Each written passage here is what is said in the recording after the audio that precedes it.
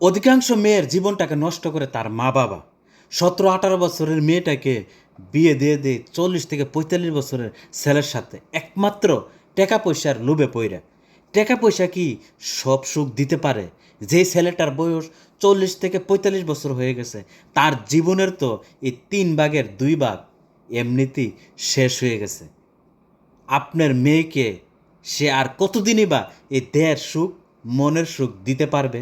নয়তো বা 5 বছর, নয়তো বা 10 বছর। তখন আপনার মেয়ের বয়সটা কোথায় গিয়ে দাঁড়াবে?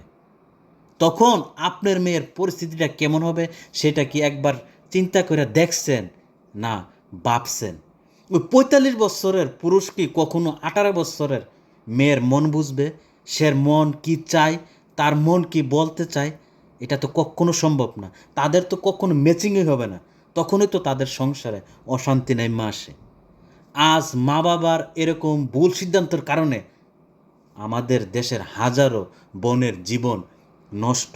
যারা অতীতে এরকম ভুল কাজ করছেন, আজ আমার এই ভিডিও থেকে শিক্ষা নিয়ে প্রতিজ্ঞা করেন যে অতীতে আপনার মেয়ের জীবনকে এভাবে নিজের হাতে ধ্বংস করবেন না।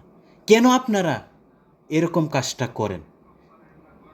এরকম ভুলের কারণে কে ক্ষতিগ্রস্ত হচ্ছে? একমাত্র তো আপনার মেয়ে হচ্ছে। সেটা একবার ভাবুন এবং চিন্তা কইরা দেখুন।